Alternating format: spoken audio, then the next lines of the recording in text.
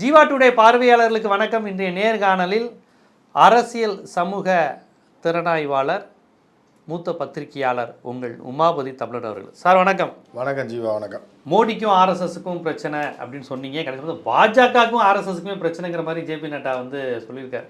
இந்த குஜராத் இஷ்யூ இதெல்லாம் வரப்போகுதுன்னு 1.5 வருஷத்துக்கு முன்னாடி சொன்னீங்க. சரி, இப்போ ஜூன் 4க்கு பிறகு நடக்க போகிறத உங்கள்கிட்ட நான் ஒரு கேள்வியாக கேட்கப்போகிறேன். நீங்கள் ஜோசியம் பார்க்க முடியாது, நம்ம யாருமே ஒரு தொலைநோக்கு பார்வையாளராக எப்படி ஆர்எஸ்எஸ் மோடி சண்டையை சொன்னீங்களோ இதே மாதிரி இதை நீங்கள் சொல்லணும். ஜூன் 4க்கு அப்புறம் இதை நம்ம ரீக்ளைட் பண்ணணும்னு எனக்கு ஒரு ஆசை. சரி, யார் இந்தியா கூட்டணியில் வெற்றி பெற்றால் பிரதமர் ஆவா? இந்த கேள்வியை கேட்டது நான் கிடையாது, அமித்ஷா. உங்கள் இதில் யார் பிரதமர் போது அதை சொல்லுங்கயா, ஏன்னா ஒரு வருஷத்துக்கு ஒரு பிரதமரா அப்படின்னு சிரிச்சார். உடனே அவங்க வந்து இதுக்கு பதில் சொன்னவர் யாருன்னு கேட்டிங்கன்னா, உத்தவ் தாக்கரே கட்சியில் இருக்கக்கூடிய சஞ்சய் ராவத்துங்கிற ஒரு சிவசேனா சீனியர் லீடர் சொன்னார். எஸ், 6 மாதத்துக்கு ஒரு தடவை கூட நாங்கள் பிரதமரை மாற்றிக்கிட்டே இருப்போம், உனக்கு என்ன பிரச்சனை சொன்னார். ஓகே, இப்போ யார் பிரதமர் வேட்பாளர்னு திருப்பி வந்தபோது கெஜ்ரிவால் இமேஜ் வந்தோடனே கெஜ்ரிவால்கிட்ட கேட்டிருக்காங்க, நான் இல்லை, யார் பிரதமர் வேட்பாளர் நாங்கள் சொல்லுவோம் அப்படிங்கிற மாதிரி சொல்லியிருக்கிறாங்க. மம்தா பானர்ஜி நான் ஆட்சியிலே பங்கேற்க மாட்டேன், வெளியிலேருந்து ஆதரவுன்னு சொல்லிட்டாங்க. வேறு யாரா மீதி வாய்ப்பு இருக்கான்னு பார்த்தா ராகுலான்னு பார்த்தீங்கன்னா, ராகுல் தான் இப்போ வரையும் காங்கிரஸ் சொல்ல மாட்டேங்குது. ஒருவேளை கார்கேயை கொண்டு வருவாங்களா அப்படிங்கிற ஒரு எதிர்பார்ப்பு இருந்தாலும் ஒரு சீனியர் லீடரு மேபி வரலாம், வராமலையும் போகலாம். இங்கிட்டு வந்தால் தேஜஸ்வி யாதவ் ரொம்ப வயசில் குறைவாக இருக்கார். சரத்பவர் ரொம்ப சீனியராக இருக்கிறாரு. வேறு யார் இருக்க வாய்ப்பு இருக்கான்னா, தமிழ்நாட்டு சிஎம் இருக்கா, அவர் இங்கே ஆல்ரெடி சிஎம்மாக இருக்கிறாரு. ஆல்ரெடி கலைஞருக்கு வந்தப்பயே என் உயரம் தெரியுங்கிற மாதிரிலாம் சொல்லி போயிருக்கு. இப்போ ரொம்ப ஒரு மாதிரி இந்த கேள்விக்கு பதில் கிடைக்குது, கிடைக்காம போகுது, அது மாதிரி இருக்கு. நீங்கள் சொல்லுங்கள், யார் பிரதமர் வாய்ப்பு? கலைஞர் சொன்னது வந்து என்னோட உயரம் குறைவுனா, அவர் உண்மையிலே உயரம் கம்மி தான், அவரை விட ஸ்டாலின் உயரம் ஜாஸ்தி. அது நம்ம பார்த்துக்கணும். அப்புறம் அன்னைக்கு சொன்னது, அன்னைக்குள்ள காலகட்டத்தில் தேசிய அரசியலில் அவருக்கு இன்ட்ரெஸ்ட் கிடையாது, இன்டர்நேஷனல் பாலிட்டிக்ஸில் கலைஞருக்கு இன்ட்ரெஸ்ட் கிடையாது. அவருக்கு தமிழ்நாடு தமிழக அரசியல் இதில் தான் அவர் கான்சன்ட்ரேட் பண்ணி நமக்கு இது போதும்னு இருந்தார். ஆனால் ஸ்டாலின் அவர்கள் அப்படி கிடையாது, கலைஞரோட கொஞ்சம் உயரமானவர் தான். அது அப்புறம் நம்ம பேசலாம். இப்போ நீங்கள் சொன்னதை வரிசையாக எடுத்து பார்த்தீங்க அப்படின்னா, மிகப்பெரிய சகுனியாக ஒரு தீய சக்தியாக இந்தியா கூட்டணியில் பதவிக்காக அலையக்கூடிய, நீண்ட காலம் இன்றைக்கி நேரத்தில் ஒரு 20 வருஷமாக பிரைம் மினிஸ்டர் ஆகணுன்ற ஒரு ஆசை கனவோடு இருக்கிறவங்க ஒரு 3 பேர்.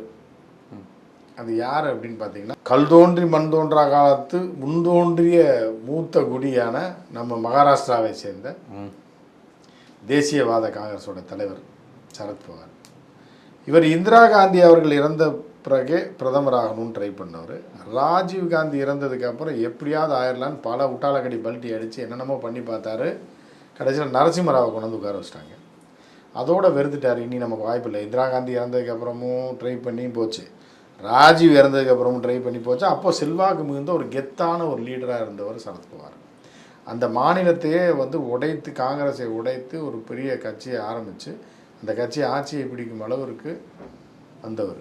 ஒயிட் தான் போடுவார், பயங்கர கெத்தாக இருப்பார், பயங்கர சீனியர் லீடர் காங்கிரஸில். ஆனால் என்ன ஆச்சுன்னா, வயசு ஆக ஆக சில பேர் மொக்கையாயிருவாங்கல்ல.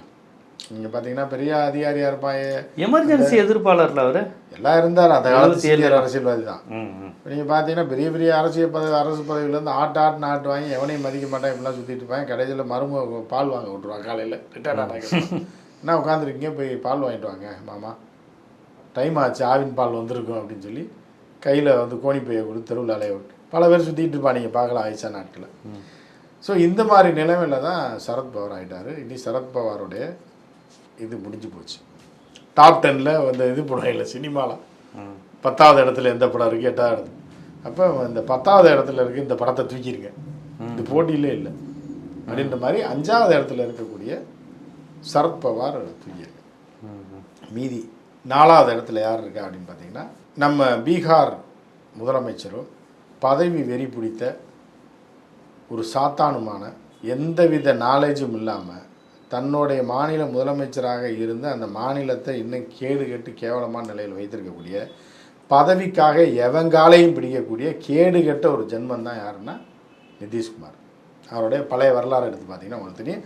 கடைசியாக லாலு பையனுடைய கூட்டணி போட்டு சிஎம்மாக இருந்துட்டு இந்த எதிர்கட்சி கூட்டணியை ஆர்கனைஸ் பண்ணிவிட்டு, நீ கிடையாது பிரதமராக நாங்கள் இப்போ சொல்ல மாட்டோம்னு சொன்னோடனே அங்கேருந்து திருப்பியும் ஜம்ப் அடித்து மோடி போய் மோடி காலில் போய் விழுந்த ஒரு கேடுகட்ட ஜென்மம் தான் அவர். யார்? நிதிஷ். அப்போ டாப் 5ல் ஒன்று போயிடுச்சா, இது 4வது நிதிஷ் அவுட். இப்போ அதுக்கு அடுத்து பதவி வெறி பிடித்து எப்படியாவது பிரதமர் ஆகணும்னு ஒரு காலத்தில் ஆசைப்பட்டு துள்ளி திரிந்த ஒரு தேவதை யாருன்னு பார்த்தீங்கன்னா மம்தா என்கிற கும்தா. இந்த அம்மா என்னன்னா ரொம்ப நாள் ஆசைப்பட்டு, இப்போ ரயில்வே அமைச்சருக்கெல்லாம் ஆசைப்பட்டு கொஞ்ச நாள் ரயில்வே அமைச்சரால் இருந்துச்சு, சரியா? அப்படிலாம் இருந்த மம்தா என்ன பண்ணுச்சுன்னா பிரதமர் ஆசை இருந்தோன்னே இப்போ கொஞ்சம் மெச்சூரிட்டி ஆகிடுச்சு. வயசு ஆக ஆக அது வந்து இப்போ வந்து என்னென்னா ஒரு அவ்வை கிழவி மாதிரி ஆயிடுச்சு, கொஞ்சம் மெச்சூரிட்டி ஆகிடுச்சு. ஆனால் இப்போ என்ன நினைக்கிதுன்னா, நம்ம இப்போ முதலமைச்சராக இருக்கோம், இது எப்போ வேணாலும் நம்ம இருந்துக்கலாம், அதிகாரம் இந்த ஸ்டேட்டு நம்ம கையில் இருக்குது, நம்ம இருக்க போகிறோம். பிரதமர்னு போனோம் அப்படின்னா நம்ம ஏற்கனவே காங்கிரஸுக்கு பல தீய வேலைகளை பார்த்துருக்கோம். அவங்களோட ஆதரவோடு தான் ஆட்சி அமைச்சு நம்ம பிரதமர் ஆனால் 3 மாதத்தில் வேணுன்னே அசிங்கப்படுத்தி நம்மளை துரத்தி விட்டுருவாங்க. அதனால் அவங்கள நம்பி இறங்க முடியாதுன்னு சொல்லிட்டு மட்டும் இல்லாமல் காங்கிரஸ்லேருந்து வந்து காங்கிரஸுக்கு பல குடைத்தலை கொடுத்தவர் தான் அந்த அம்மையார் குப்தா. இப்போ அந்த குப்தா என்ன பண்ணுறாங்க அப்படின்னா, இந்த தேர்தலில் வந்து நம்ம சிஎம்மாகவே இருந்துட்டு போவோம், அடுத்த இன்னொரு நமக்கு என்ன வயசாகி போச்சு, இன்னொரு பீரியட் இருக்குமா, இருந்துட்டு போயிட்டு அதுக்கப்புறம் தளர்ந்த நேரத்தில் யாருக்காவது ஒருத்தர் கொடுத்துட்டு, நம்ம வளர்ப்பு மகன் ஒன்று இருக்குது அவனை கொடுத்துடலாம், மருமகன் வாங்கி வளர்ப்பு மகனா இது என்ன கணக்குன்னு தெரில, அவனை கொண்டு வந்து உட்கார வச்சிடலான்னு சொல்லி அது ஒரு பிளானில் இருக்குது. பிரதமர் ஆகிட்டோம்னா திருப்பி சிஎம் ஆக முடியாது, டவுனில். ஸோ அந்த மாதிரி இருக்கிறனால அந்த அம்மாவும் அவுட்.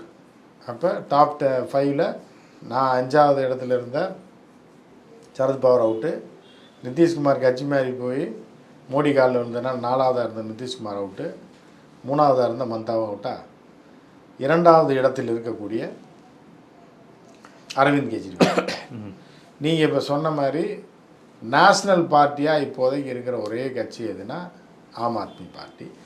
வளர்ந்து வரக்கூடிய மித்த எல்லா கட்சியும் வளர்ச்சி நின்று போச்சு. இது இனி வந்து மம்தா கட்சி வளர்கிறதுக்கு வாய்ப்பே இல்லை. மகாராஷ்டிராவில் 5வது இடத்துல நம்ம சொன்னோமே காணாமல் போன சரத்பவார் இனி வளர்கிறதுக்கு வாய்ப்பே கிடையாது, இருக்கிற கட்சியை உடச்சி விட்டாங்க. நிதிஷ்குமார் காலி, அரசியல் வாழ்க்கை இதோட முடிஞ்சிடும்னு நினைக்கிறேன் இந்த இதோட. ஸோ இப்படிலாம் இருக்கும்போது வளர்ந்து வரக்கூடிய ஒரு தேசிய கட்சியாக இருக்கக்கூடியது மக்கள்கிட்ட பரபரப்பாக இன்றும் வட இந்திய மக்கள்கிட்ட பேசக்கூடிய, அதுவும் பஞ்சாப்லேயே சீக்கியர் அல்லாத ஒருவருடைய தலைமையிலான கட்சி ஒரு பஞ்சாபில் ஜெயித்து, ஆனால் சீக்கியர் தான் அந்த சீக்கியர் தானே இருக்காரு, அவரை போட்டிருக்காங்க. இருந்தாலும் அரவிந்த் கெஜ்ரிவால் வந்து தேசிய தலைவராக இருக்கிறதுனால அரவிந்த் கெஜ்ரிவாலோட பிளான் என்னன்னா, இப்போ நீங்கள் இன்னைக்கு சொல்கிறீங்கல்ல, இன்னைக்கு சொல்லியிருக்காருன்னு என்னன்னா, நான் பிரதமராக இருக்க மாட்டேன், வேட்பாளர் வரமாட்டேன், ஆனால் யாருன்னு சொல்லுவோம். இதுதான் உண்மையும் கூட. ஏன்னா அரவிந்த் கெஜ்ரிவாலுக்கு இன்னும் வயசு இருக்குது, டெல்லி சிஎம்மாக இருக்காப்புல. அவருடைய இப்போதைக்கு இது என்னென்னா, டெல்லியை வந்து ஒரு மாநில அந்தஸ்துக்கு கொண்டு வந்துட்டு காவல்துறையெல்லாம் தங்களுடைய கட்டுப்பாட்டில் கொண்டு வந்து அதை ஒரு தனி மாநிலமாக ஆக்கி அதில் தொடர்ந்து நம்ம சிஎம்மாக இருக்க முடியுன்ற நம்பிக்கை இருக்குது. அதுவும் போக அகில இந்திய கட்சி தலைவராக இருந்து கொண்டு பல மாநிலங்களை கைப்பற்ற முடியுன்ற நம்பிக்கை இருக்குது. இன்றைக்கி பிஎம் ஆகணுன்றது அவரோடது இல்லை. அவருடைய கட்சி மெஜாரிட்டி பெற்றோ இல்லை அதிக இடங்களை பிடித்தோ ஆட்சியில் உட்கார வேண்டும் அப்படின்றது தான் அவரோடது. இந்த 7 சீட்டு 10 சீட்டை வச்சுக்கிட்டு நம்ம 22 சீட் பஞ்சாப், கோவா, பஞ்சாப், கோவால 2 தான், இதில் 22 இருக்கு நினைக்கிறேன். 22 சீட்டை வச்சுக்கிட்டோ இல்லை 25 சீட்டை வச்சுட்டோ இந்த முறை பஞ்சாபில் 20 சீட்டு, இங்கே ஒரு 7 ஜெயிக்கிறாங்க. 7 8 கூட்டணிக்கு போய் 7 சீட்டு ஜெயிக்கணும், 27 ஆச்சா, 27. ஹரியானாவில் ஒரு 5 வச்சிங்கன்னா கூட 35 சீட்டு தான் வரும். இதை வைத்து கொண்டு நம்ம உட்கார்ந்தா காங்கிரஸ் கவுத்தி விட்டுன்றது அவருக்கு தெரியும். 2வது, அரவிந்த் கெஜ்ரிவால் வளர்வதை காங்கிரஸ் உள்ளுக்குள் விரும்பாது. இப்போ மோடியை காங்கிரஸ் அடித்து காலி பண்ணதே அரவிந்த் கெஜ்ரிவால் மட்டும் இல்லாமல் காங்கிரஸ் எங்கெங்கெல்லாம் ஆட்சியில் இருந்ததோ அதையெல்லாம் பிஜேபி கைப்பற்ற முடியாத இடங்களை எல்லாம் கைப்பற்றி வைத்திருந்தது அரவிந்த் கெஜ்ரிவால். பஞ்சாபில் தலைகீழாக நின்னாலும் சரி, மோடி பல்ட்டி அடித்து மண்ணில் உருண்டாலும் சரி ஓட்டு போட மாட்டாங்கன்றதுனால அரவிந்த் கெஜ்ரிவாலுக்கு போட்டாங்க. காங்கிரஸ் ஆட்சி இவ்வளோ நாள் இருந்தது, அரவிந்த் கெஜ்ரிவாலுக்கு போயிடுச்சு. ஸோ அரவிந்த் கெஜ்ரிவாலை வளர விடுவது காங்கிரஸுக்கு நல்லதில்லை. அதனால அரவிந்த் கெஜ்ரிவால் இந்த 33 சீட்டை வச்சுட்டுலாம் இப்போதைக்கு போக மாட்டார். அவர் ஹோல்டில் இன்னும் குஜராத்தை பிடிக்க முடியுன்ற நம்பிக்கை அவருக்கு இருக்குது. மத்திய பிரதேசில் சில இடங்களை பிடிக்க முடியும், உத்தரப்பிரதேசக்குள்ளே உள்ள நுழைய முடியுன்ற நம்பிக்கை அவருக்கு இருக்குது. அதனால ஒரு 75-80 இடம் 100 இடம் வந்ததுக்கப்புறம் அவர் அதை ட்ரை பண்ணலாம் அப்படின்றதுல அவர் கட்சி வளர்ப்போம் அப்படின்ட்டு இன்னும் 35 இடங்களில் வந்து வைத்து கொண்டோன்னா காங்கிரஸ் நம்மளை கவுத்தி விட்டுரும் அப்படின்ற மாதிரியான இதில் அவர் வரமாட்டேன்ட்டார். இப்போ ஓப்பனாகவே டிக்ளேர் பண்ணிட்டார். ஸோ 2வது இடத்துலேருந்து அரவிந்த் கெஜ்ரிவால் அவுட்டு. பிரதமர் ஆக போகிறதில்ல, மம்தா பானர்ஜி ஆக போகிறதில்ல, நிதிஷ்குமார் கட்சியை கூட்டணி விட்டு போயாச்சு, சரத்பவார் இல்லை, சரத்பவார் வேலைக்கே ஆகாது. சிவசேனாவை நீங்கள் வச்சுக்கிட்டிங்கன்னா கூட சிவசேனாவுக்கும் காங்கிரஸுக்கும் ஒத்து போகாது கொள்கை ரீதியாக. இன்றைக்கி மோடி எதிர்ப்பதற்காக எதிரிக்கு எதிரி நண்பன்றதுனால சேர்ந்துருக்காங்களே தவிர பிரதமராகக்கூடிய தகுதியில் சிவசேனாவில் யாருமே கிடையாது. ஏன்னா மாநிலத்தில் முதல் முறையாக ஆட்சிக்கு வந்து பால் தாக்கரே இருக்கும்போதே இது இருந்தது. ஆட்சிக்கு வந்து அதை அவர் குடும்பத்திலேருந்து வந்த ஒரு முதலமைச்சர் அதை இழந்துட்டார். அப்படிங்கும்போது இவர்கள் மாநிலத்தையே கட்டி காக்க முடியல, கட்சி உடைவதே தடுக்க முடியாத ஒரு நிலையில் இருப்பவர்கள் மத்தியில் போய் பிரதமராக இருக்கிற அளவுக்கு அவர்களுக்கு தகுதியும் கிடையாது. சிவசேனாவுக்கு அது கிடையாது. அதனால் அது நம்ம அந்த 5லே சேர்க்கலை. அதுக்கு அடுத்து கடைசியாக நீங்கள் சொல்கிறது ராகுல் சத்தியமாக பிரதமர் ஆக மாட்டார். ஏன் ஆக மாட்டார் அப்படின்னா, ராகுல் வந்து தனிப்பட்ட முறையில் காங்கிரஸ் அட்லீஸ்ட் ஒரு 200 தொகுதியை கிராஸ் பண்ணால் மட்டும்தான், இல்லைன்னா ஸ்திரத்தன்மையாக தனி மெஜாரிட்டியில் ஒரு 10 சீட்டு 5 சீட்டு பத்தலை காங்கிரஸுக்கு அப்படின்ற ஒரு ஸ்டேஜ் வந்தாலே ஒழிய ராகுல் பிரதமர் பதவியை ஏற்கவே மாட்டார். ஏன்னா மம்தா பானர்ஜி ராகுலை கவுத்தி விட தான் பார்க்கும், அசிங்கப்படுத்த பார்க்கும். அதே மாதிரி இப்போ பிரச்சனை தீர்ந்துருச்சு, பிஜேபிக்காரங்களை ஒழிச்சிட்டோம்னா அரவிந்த் கெஜ்ரிவாலும் காலவாரி விட தான் பார்ப்பார். ஏன்னா இப்படிலாம் இருக்கும்போது ராகுல் சத்தியமாக பிரதமராக நுழைந்து அசிங்கப்பட மாட்டார், சத்தியமாக ஆக மாட்டாப்புல. எழுதி வச்சுக்கலாம்.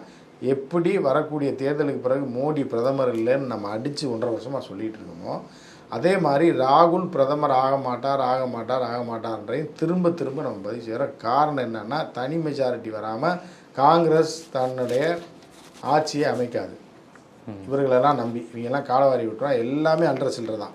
இன்றைக்கி பிஜேபி ஏறி அடித்து கழுத்தை பிடிச்சி நெடிச்சு ஜெயிலுக்கு தள்ளுதுன்ற பயத்தில் காங்கிரஸோட வந்து பெரிய அண்ணன் அப்படின்ற மாதிரி அவர்கிட்ட இருக்காங்க. ஆனால் பிரச்சனை முடிஞ்சோடனே பெரிய அண்ணனை போட்டுருவாங்க. அது ராகுலுக்கே தெரியும். அதனால் நம்ம ஆட்சிக்கு போனோம்னா நம்மளை கவிழ்த்து விடுவாங்கன்றனால ஆக மாட்டார். அப்படி காங்கிரஸில் நீங்கள் இப்போ யாராவது அவரை போட்டுக்கங்கன்னு அனைத்து எதிர்கட்சிகளும் சொன்னால் கூட யாராவது டம்மி பீஸான யாரையாவது ஒருத்தரை போட்டு பின்னாடி இருந்து இயக்குவாங்க. கார்கே வர வைப்போம் இல்லை இருக்கலாம். இதில் ராகுல் வந்து இந்த மாதிரியான சூழ்நிலையில் யாரை வந்து பிரதமர் ஆக்கணும்னு நினைக்கிறாருன்னா மு.க. ஸ்டாலின். ஒரு ராகுல் நினைக்கிறாருங்கிறீங்க.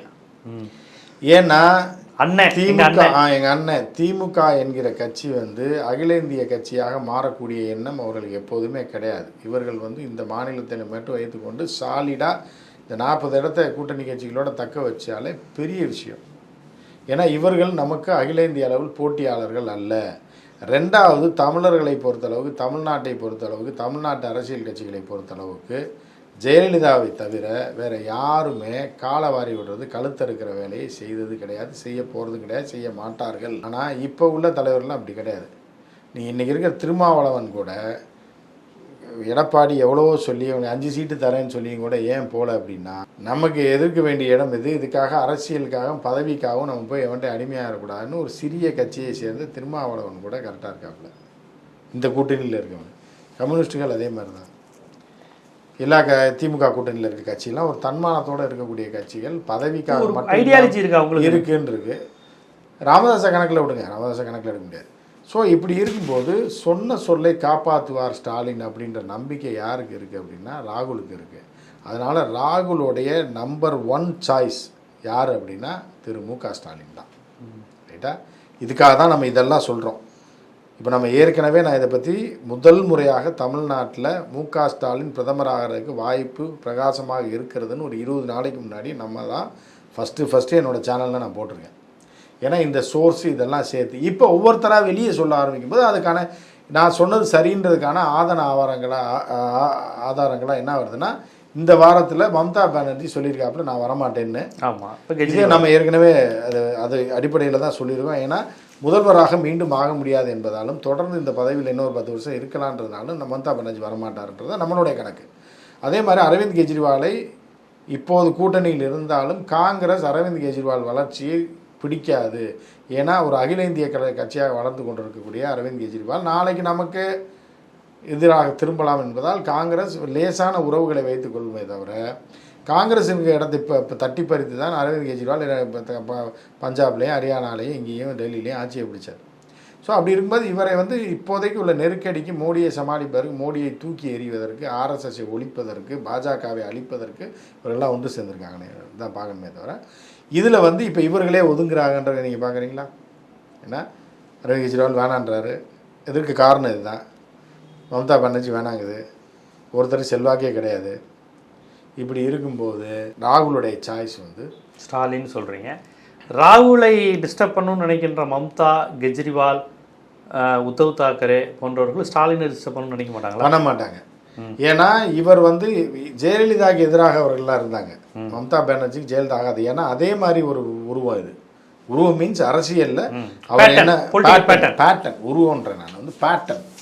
ஸோ அந்த பேட்டர்னில் இருக்கும்போது நானும் ரவுடி தான் அந்த அம்மா இறங்கி ஜெயலலிதாவை பிடிக்காது, ஈகோ பிரச்சனை, இப்போ பொம்பளைக்கு பிடிக்காமல் போயிடுச்சு.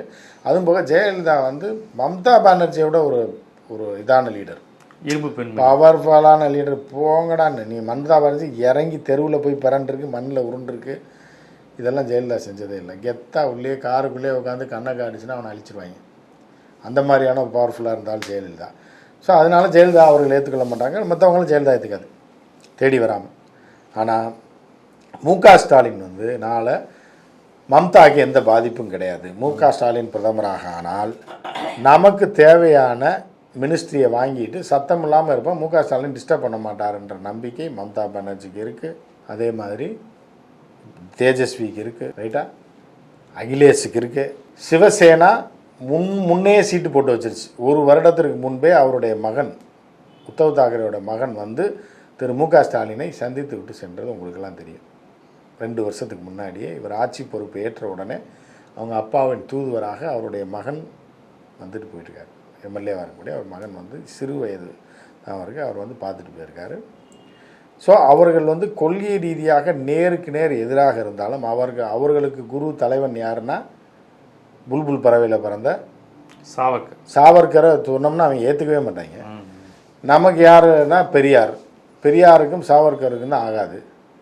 அந்த கட்சி அதை சார்ந்திருக்கு. இதாக இருந்தால் கூட அவங்க என்ன நம்புகிறாங்கன்னா பெரியார் இயக்கங்களை சேர்ந்தவர்கள் ஏமாற்ற மாட்டாங்கன்ற நம்பிக்கை யாருக்கு இருக்குது? சாவர்கரை நம்புபவர்களுக்கு இருக்குது. அடிப்படை நேர்மை. ஆனால் சாவர்கரை நம்பக்கூடிய இன்னொருத்தன் திருடன்றதை சாவர்கரை நம்புகிற இன்னொருத்தன் நம்ப மாட்டான்றதான் பிஜேபிக்கும் ஆர்எஸ்எஸ்க்கும் உள்ள கேடுகட்ட நம்பகத்தன்மையற்ற தெல்லவாரி பயலுக அப்படின்றத யார் நினைக்கிறா? உண்மையிலேயே சாவர்கரை ஃபாலோ பண்ணக்கூடிய ஒருத்தர் சாவர்கர் பேரை சொல்லி ஏமாற்றி கொண்டு இருக்கக்கூடிய இந்த கோடி கும்பல் இருக்குல்ல, இந்த கோடி கும்பல், காலவாரை கும்பல், இந்த குடும்பத்தை கெடுக்கக்கூடிய கும்பல், தாலி அறுப்பு கும்பல்ன்றதை அவர்களே புரிந்து கொண்டு யாரோட வந்து சேரணும்னு ஆசைப்படுறாங்க? பெரியாரோடைய பேரன்களோடு கை கொடுக்குன்னா அவங்க ஏமாற்ற மாட்டான். கொள்கை வேற, நீ உன் கொள்கையில் சொன்னால் இருக்குன்னு முக ஸ்டாலினை தேடி அவருடைய மகன் வந்து ஏற்கனவே இடம் போட்டு வச்சுட்டு போயிட்டார். எனவே முக ஸ்டாலின் அவர்கள் பிரதமராகுவதை யார்? உத்தவ் தாக்கரே தடுக்க மாட்டார், சந்தோஷமாக வரவேற்பார். ஏன்னா தமிழர்களுக்கும் மராத்திகளுக்கும் ஒரு நீண்ட தொடர்பும் பாரம்பரிய தொடர்பு இருக்குது, மன்னர் காலத்திலேருந்து இருக்குது. நீங்கள் ராஜேந்திர சோழனோட மகன் இருக்கானே, அவன் எங்கே இறந்து போனான்னா மகாராஷ்டிராவில் மேலே சாளுக்கிய நாட்டில் போரில் வெற்றி பெறான். வெற்றி பெற்றதுக்கு அப்புறம் அந்த சினிமாலாம் காட்டுவாங்கல்ல, அப்படியே செத்துருவாங்க, எந்திரிச்சு போப்போ காலை பிடிச்சி இழுப்பாங்க பாருங்க. அந்த மாதிரி பின்னாடி இருந்து குத்தி விட்டாங்க. யார்? ராஜேந்திர சோழன் மகனை, ஏன்னா ராஜாதி ராஜனை. அவர் மரித்த இடம் எங்கன்னா கல்யாண் பக்கத்தில், இப்போ இருக்க பாம்பேயில் கல்யாண், அங்கே மேலே சாளுக்கிய நாட்டில் தான் ராஜேந்திர சோழனோட மகன் உயிரிழந்திருக்கான். மேலே சாளுக்கிய நாடு ராஜேந்திர சோழன் கட்டுப்பாட்டில் இருந்தது. அதே மாதிரி வீர சிவாஜி என்றவர்கள் புகழக்கூடிய மன்னர் சிவாஜிக்கும் தமிழகம் வந்திருக்கிறார். அவர் இங்கே கோயிலை கட்டியிருக்கிறாரு, இங்கே உள்ள பல பகுதியை கேப்சர் பண்ணி திருப்பி இங்கே விட்டுட்டு போயிருக்காரு. இந்த மாதிரி நீண்ட வரலாற்று தொடர்புகளே இருக்குது. அது போக இந்த நூற்றாண்டில் நம்முடைய ஹாஜி மஸ்தானும் நம்முடைய வரதராஜ மோரியாரும் போய் அந்த நகரையே கையில் வச்சுருந்தாங்க 40 வருஷமாக. அப்போயும் அவர்களுக்கு பெரிய மோதல்லாம் வரல. ஸோ இப்படி ஒரு நீண்ட ஒரு தொடர்புகள் இருக்கக்கூடிய ஒரு இதுதான் மராத்தி மாநிலம். அவர்கள் கொள்கை வேறாக இருக்கிறது, நம்ம கொள்கை வேறாக இருந்தாலும் நம்ம நம்புகிறோம். தமிழன் சொன்னால் செய்வான், ஏமாற்ற மாட்டான்.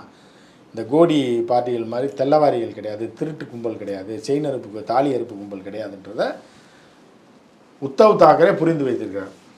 அப்போ அவரும் ஓகேவா? உத்தவ் ஓகே, தீதி ஓகே, இப்போ டெல்லி முதலமைச்சர் ஓகே, தேஜஸ்வி ஓகே, அகிலேஷ் யாதவ் ஓகேவா? இந்த மாதிரி இந்த 5-6 கட்சிகளும் ஆதரித்து இவர் இருக்கலாம், எங்களுக்கு எந்த பிரச்சனை இல்லை, இவர் இருந்தால் சந்தோஷம்னு சொல்லக்கூடிய ஒரே கேண்டிடேட் யாருன்னா திரு மு க ஸ்டாலின். இவருக்கு தான் பிரச்சனையே வராதுங்கிறீங்க. இந்தியா கூட்டணியில் எல்லாரும் ஏற்றுக்குவாங்க. ஏன்னா அகிலேஷ் யாதவ் வயசு கம்மி, சின்ன பையன், முதலமைச்சராக இருந்து அனுபவம் இருந்தால் கூட அவர் ஒரு நாட்டை வழிநடத்தக்கூடிய, இந்தியா போன்ற ஒரு வல்லரசாகக்கூடிய ஒரு நாட்டை வழிநடத்தக்கூடிய அகிலேஷும் பிரச்சனை இல்லாமல் ஏற்றுக்குவார் இல்லை. அதே மாதிரி தேஜஸ்வி சின்ன பையன் இல்லை, துணை முதலமைச்சராக இருக்குன்னா தேசத்தை வழிநடத்தக்கூடிய எக்ஸ்டர்னல் அஃபேர்ஸை பார்க்குறதுக்கோ உள்துறையை பார்க்குறதுக்கோ அந்த நாடு முழுவதும் இருக்கக்கூடிய பிரச்சனை கொஞ்சம் அனுபவம் தேவை கிடையாது. இந்த அனுபவம் யாருக்கு இருக்குன்னா ராகுலுக்கு இருக்குது, அரவிந்த் கெஜ்ரிவாலுக்கு இருக்குது. இந்த 2 பேரை தவிர வேறு யாருக்கும் இன்டர்நேஷ்னல் பாலிடிக்ஸ்லாம் தெரியாது பெரிய அளவில். அப்படி இருக்கக்கூடிய இடத்துல முதல்வர் ஸ்டாலின் இருந்தாருன்னா அவரை பேக்கப் பண்ணி இவர்கள்லாம் ராகுலோ அவர்கள்லாம் கொண்டு போவாங்க.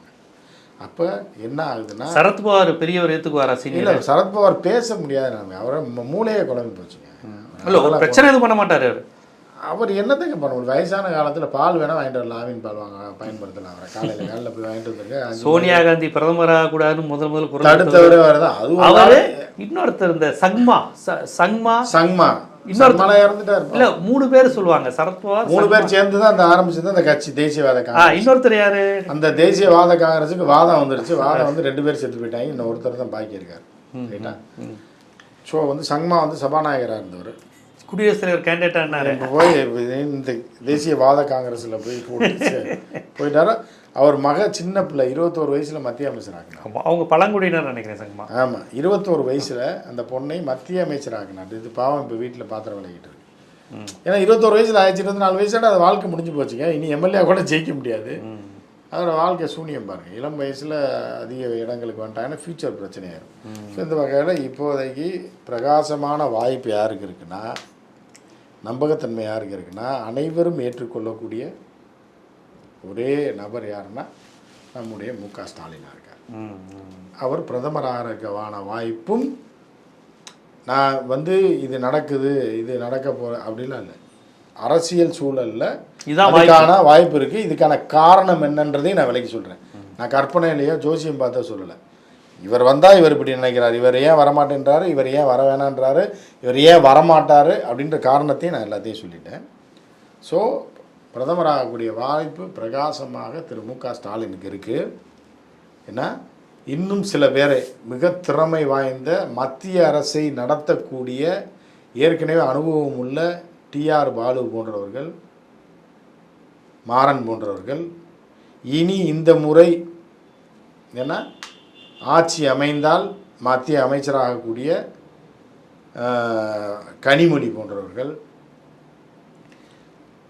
இந்திய அரசையே ஓட விட்ட சிபிஐ கண்ணில் விரலை விட்டு ஆட்டின ராஜா போன்றவர்கள், தானே வாதாடி பெயில் வேணாம் ஒரு மயிர் வேணாம் போடா அப்படின்ட்டு வழக்கு முடிய வரைக்கும் இந்த இந்திய அரசியல் சரித்திரத்தில் எந்த அரசியல்வாதிக்கும் அந்த துணிவோ அறிவோ அந்த அரசியல் ஞானமோ எந்த சுப்ரீம் கோர்ட் லாயருமே அப்படி அடித்து ஜெயிச்சது இல்லைங்க. ஒரு லாயரை போட்டவனே ஜெயிச்சது கிடையாதுங்க. ராஜா போய் வாதாடி அதற்கான பாயிண்டை எழுதி புத்தகம் மிகப்பெரிய அறிவுஜீவிங்க ராஜா. மத்திய அமைச்சரவையில் இன்னைக்கு எவனா ஒருத்தனை கையை காட்டுங்க ராஜா மாதிரி. இந்த ஆட்சியில் எவனா ஒருத்தனை சொல்லுங்கள் இவர் பெரிய அறிவுஜீவி இந்த மாதிரி ராஜாவை விட கழட்டிடுவாருன்னு. ஒருத்தன் கிடையாதுங்க. இப்போ இந்த 10 ஆண்டுகளில் கிடையாதுங்க அந்த மாதிரி ஒரு அறிவுஜீவியும் ஒரு திறமையும் துணிச்சலும். ஜெயிலில் உட்காந்து ஜெயிச்சுட்டு வந்த திருப்பி சுப்ரீம் கோர்ட்டுக்கு போனாங்க, அந்த கேஸை தூக்கி எறிஞ்சிச்சு. இப்படிப்பட்டவர்கள்லாம் திமுகவில் இருக்கிறார்கள், தமிழகத்தில் இருக்கிறார்கள், தமிழர்களாக இருக்கிறார்கள். இவர்கள் கையில் இந்த நாடு வரப்போகிறது. மீண்டும் கேட்டால் சொல்லுவான் ஒரே குடும்பம் கொள்ளையடி ஏதாவது திமுக காரன் தானே. திமுக காரன் இருந்த அளவுக்கு அறிவு உனக்கு இருக்காடா சொல்கிறா வாடா எவனாவது சொல்லுங்கடா. உங்களுக்கு ஏதாவது அந்த இதில் துளி இருக்காடா? தமிழருங்கிற வைத்தறிச்சல்ல வேணா பேசுவானே தவிர ராஜா மீண்டு வந்துட்டாரு 2Gன்னு. ஏன்டா 5Gயை விட்டுருக்கீங்களா அதானி கொண்டி 1.5 லட்சம் கோடிக்கு எவன்டா பதில் சொல்றீங்க? அப்ப நீங்க தமிழருங்கிற பாசத்துல மட்டும் இல்ல, எது யதார்த்தம் என்ன இதுதாங்க உண்மை. இன்னைக்கு தேசத்தை வழிநடத்தக்கூடிய தேசிய அளவில் அனுபவம் வாய்ந்த தலைவர்கள் எங்கே இருக்காங்கன்னா தமிழ்நாட்டில் தான் இருக்காங்க. முதல்ல கேரளாவில் கூட கிடையாது. புரியுதா உங்களுக்கு? சிவகுமார் போன்றவர்கள் இருக்காங்க. இவர்கள் வந்து என்னென்னா அதாவது மத்திய அரசை வழி நடத்துவதற்கு வெளிநாட்டு அரசியலை பார்த்து கண்குத்தி பாம்பாக இருந்து அடுத்த கட்டமாக நம்ம என்ன நகர்த்தலை கொண்டு போக போகிறோம், இந்த உலகம் எப்படி மூவ் ஆகிட்டுருக்கு, G7 என்ன பண்ணுது, ரஷ்யா என்ன பண்ணுதுன்னு பார்க்குறதுக்கு ஒரு ஞானமும் அறிவும் அதில் ஒரு இன்ட்ரெஸ்ட்டும் அதில் உள்ள ஒரு எக்ஸ்பீரியன்ஸும் வேணும். அதுக்கு தனியான அமைச்சர்கள் இருக்காங்க. உள்நாட்டுக்குள்ளே இந்த ஹெல்த் மினிஸ்ட்ரி இந்திய மக்கள் இருக்காங்கல்ல, அவர்களை பாதுகாப்பது, அவர்களை வந்து பத்திரமாக வைத்துக்கொள்வது, அவர்களுக்கு வசதிகளை ஏற்படுத்திக் கொள்வது, அவர்களை வறுமையிலிருந்து மீட்பதுன்றது வேறு டிபார்ட்மெண்ட். இதற்கு சிவகுமார் போன்றவர்கள், கர்நாடகாவை சேர்ந்த சிவகுமார் போன்றவர்கள், சந்திரபாபு நாயுடு போன்றவர்கள், இன்னும் இந்த மாதிரி சில பேர்லாம் எல்லாமே இருக்காங்க. இன்டர்நேஷ்னல் பாலிடிக்ஸு அதே மாதிரி இன்டர்நேஷ்னல் இந்தியன் பாலிடிக்ஸை மிக்ஸ் பண்ணி பார்க்கக்கூடிய ஆட்கள் எங்கே இருக்காங்கன்னா திமுகவில் தான் இருக்காங்க, தமிழ்நாட்டில் தான் இருக்காங்க. தேசிய அளவில் எங்கே பாலத்தை ஆரம்பித்து எங்கடா முடிக்கணும், எங்கே 8வே வேணும், எங்கே 12வே வேணும், அடுத்து 10 வருஷத்தில் என்ன போகணும்னு தெரிஞ்ச ஆள் டிஆர் பாலு. அவர் இங்கே தான் இருக்கார், தமிழ்நாட்டில் தான் இருக்கார், தஞ்சாவூரில் தான் இருக்கார். ஆமாம். அப்படி ஏசி ரூமுக்குள்ளே உட்காந்து பிஎஸ்என்எல் ரேட்டையும் குறைச்சி 2G அது எல்லாத்தையும் குறைச்சி நாடு முழுவதும் டெலிஃபோனை கொண்டு போய் சேர்த்த ராஜா எங்கே இருக்காருன்னு இங்கே தான் இருக்கார். ஊட்டியில் தான் தயாநிதி மாறன் இங்கே தான் இருக்கார். உட்காந்த இடத்துல ஆட்டையை முடிச்சுருவாங்க. அதே அம்பானியை வந்து என் ஆஃபீஸில் வந்து பார்க்க சொல்கிறான்னு சொன்ன தயாநிதி மாறன் இந்த ஊரில் தான் இருக்காங்க. அம்பானி பிஸ்னஸ் மேன் தான்டா, என் ஆஃபீஸ் வந்து பார்க்க சொல்கிறான், அவனை ஏன்டா நான் போய் பார்க்கணுன்னு. அவனடா அவன் ஜிஎம் வந்து என்னை பார்க்குறான்னு அவன் அவ்வளோ பெரிய அப்பாட்டக்கிறான்னு சொன்ன ஒரே காரணத்துக்காக தான் இவர்களெல்லாம் அந்த கூட்டு சதி சேர்ந்து அந்த அட்டாரா கும்பல்லாம் ஒழித்து கட்டினது. மீண்டும் இவர்கள் துள்ளிட்டு இருந்து வந்து இவங்களை சட்டையை பிடிக்காமல் இருக்க மாட்டாங்க. அதற்கான வாய்ப்பும் வருகிற தேர்தல் 4ஆம் தேதிக்கு பிறகு இருக்குது. அந்த ஒவ்வொருத்தராக ரொட்டேஷனில் பிரதமர் மாதிரி வர்றது வாய்ப்பு இல்லை இருக்கு. 6 மாதம், 1 வருஷம், 1.5 வருஷம். சஞ்சய் ராவத் மாதிரி ஆட்கள்லாம் கேட்டாங்கன்னா சஞ்சய் ராவத் எல்லாம் கேட்க மாட்டார். சஞ்சய் ராவத் மிகப்பெரிய அறிவாளி. சஞ்சய் ராவத் மிக அரசியல் தெரிந்தவர். தமிழர்களுக்காக மகாராஷ்டிரா மாநிலத்திலிருந்து நாடாளுமன்றத்தில் தலைவர் பிரபாகரனை சப்போர்ட் பண்ணி பேசிய ஒரே எம்பி சஞ்சய் ராவத். ஆனால் அதே கட்சி தமிழர்களை அடித்தது இல்லை, அது ஒரு காலங்க. அதுக்கப்புறம் அவன் அடி வாங்கினதுக்கப்புறம் நண்பன் ஆகிட்டாங்க. எடுத்த உடனே யாரும் ஒன்றா சேர மாட்டாங்க. புரியுதா உங்களுக்கு? ஸோ அந்த மாதிரி இன்னைக்கு சஞ்சய் ராவத் தமிழர்கள் மீது மிகப்பெரிய நம்பிக்கையுள்ள ஈழத்தமிழ் போராட்டம் நடந்து கொண்டிருப்பது நாடாளுமன்றத்தில் நம்ம ஸ்டேட் தாண்டி இன்னொரு ஸ்டேட் எம்பி குரல் கொடுத்துருக்காருன்னா சஞ்சய் ராவத் தான்.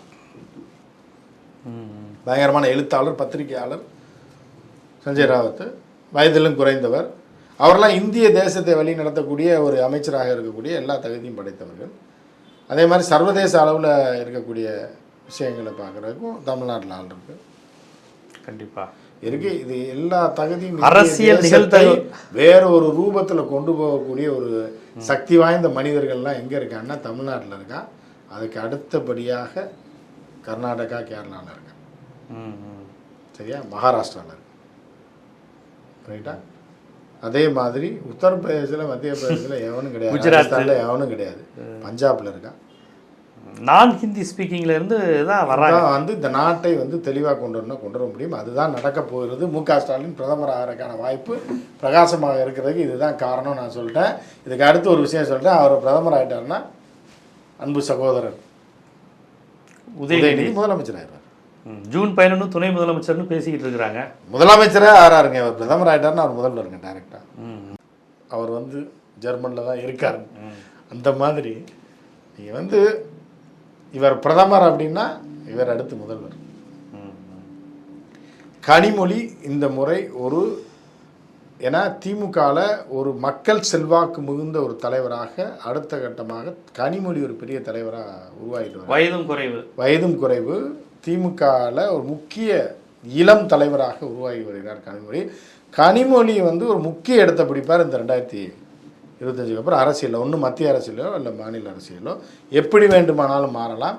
மத்திய அரசியலில் ஒரு முக்கியமான ஒரு இடத்தை பிடிப்பதற்கு மிக அதிக வாய்ப்பு இருக்குது. நீங்கள் நினைத்தது நடக்காத எல்லாமே வந்து இந்த 24 வந்து உங்களை புரட்டி போட போகுது. ஜூன் மாதம் 4ஆம் தேதிக்கு அப்புறம் இந்த அதிசயம் நிகழும் நீங்கள் பார்த்துட்டு இதே ஜோசியராக இருந்தால் சொல்லலாம், நம்ம வந்து நீங்கள் வந்து குரு மாறப்போகுது, குரு மாறி சனி 7ஆம் இடத்துலேருந்து இந்த செவ்வாய் வந்து 3க்கும் சனி 7க்கும் வரும்போது இதெல்லாம் நடக்கும்னு சொல்லுவாங்க. நம்ம அதெல்லாம் தூக்கி போட்டு அனுபவத்தையும் நடந்து கொண்டிருப்பவர்களையும் இன்றைக்குள்ள அரசியல் என்ன நடக்குது, யார் வருவாங்க போவாங்கன்ற அந்த கால்குலேஷன் படி இதெல்லாம் நடப்பதற்கு வாய்ப்பு இருக்கிறது. எனவே 4ஆம் தேதிக்கு மேலே ஒரு மிகப்பெரிய ஒரு மாற்றம் காத்திருக்கிறது. அது எப்படி நடக்கும், என்ன நடக்கும்ன்றதை எப்படி வேணாலும் நடக்கலாம். இதுவும் நான் இப்போ சொன்னேன்ல, ஸ்டாலின் அவர்கள் முதலமைச்சர் ஆகலாம், இல்லை பிரதமர் ஆகலாம், கார்கே பிரதமர் ஆகலாம், உதயநிதி ஸ்டாலின் முதலமைச்சர் ஆகலாம், கனிமொழி மத்திய அமைச்சரவையில் ஒரு முக்கிய பதவியை பிடிக்கலாம், நம்முடைய முன்னாள் நிதியமைச்சர் பிடிஆர் மத்திய நிதியமைச்சர் ஆகிறதுக்கான வாய்ப்பு இருக்குது. இது எல்லாமே நடக்கிறதுக்கான வாய்ப்பு இருக்குது. இல்லைன்னு எதையுமே தவிர்த்து விட முடியாது. ஆனால் மிகப்பெரிய மாற்றங்கள் 4ஆம் தேதிக்கு பிறகு வரும். ஒரே ஒரு மாற்றம் என்ன அப்படின்னா, அதில் முக்கியமான மாற்றம், மோடி பிரதமராக இருக்க மாட்டார்னு சொல்லி இந்த பேட்டியை முடிச்சுக்கிறேன். ஒருத்தர் வருவார் அப்படின்னு அரசியல் ரீதியாக சொல்வது வேற, பாசத்தில் சொல்கிறது வேற. எங்கள் தமிழண்டா வந்துட்டா அப்படின்னு சொல்கிறது ஒரு எமோஷ்னலாக மட்டும் இல்லாமல், இந்த சொன்னால் எமோஷ்னலாகவே நீங்கள் பேசலை. எது யதார்த்தம், இன்டலெக்சுவலாக எப்படி பார்க்கணும், இந்திய அரசியல் வரலாறு எப்படி, ஒவ்வொரு மாநிலத்தின் தன்மைகள் எப்படி இருக்குது, சரத்பவார் மாதிரி தலைவர்கள், காங்கிரஸில் சீனியர் லீடர், மற்ற கட்சியில் திறமையானவன் இல்லையா, எல்லாத்தையும் அலசி, இந்த வடிவேல் சொல்லுவாப்புல, நாங்கள் இறங்குனா அட்டி மட்டத்துக்கு இறங்கி அலசுவோம் அப்படிங்கிற மாதிரி மகாராஷ்டிரா அரசியல் இருந்து நம்ம மன்னார்குடி அரசியல் வரையும் எல்லாத்தையும் அலசி, எதனால் இதை சொல்கிறேன் அப்படின்னு நம்ம வள்ளுவர் சொல்வார்ல, எதனால் இவனால் இவன் கண் முடிதுங்கிற மாதிரி அந்த அடிப்படையில் இந்த விஷயத்தை சொல்லியிருக்கீங்க. பார்ப்போம் என்ன நடக்கும். இப்போ நிகழ்தகவாக பல்வேறு விஷயம் சொல்லியிருக்கீங்க, என்ன நடக்குங்கிறத ஜூன் 4க்கு பிறகு தமிழர்களுடன் தமிழனா நானுமே நம்ம ஜீவாட்டுடைய பார்வையாளரோடு சேர்ந்து எதிர்பார்க்கலாம். நன்றி, வணக்கம்.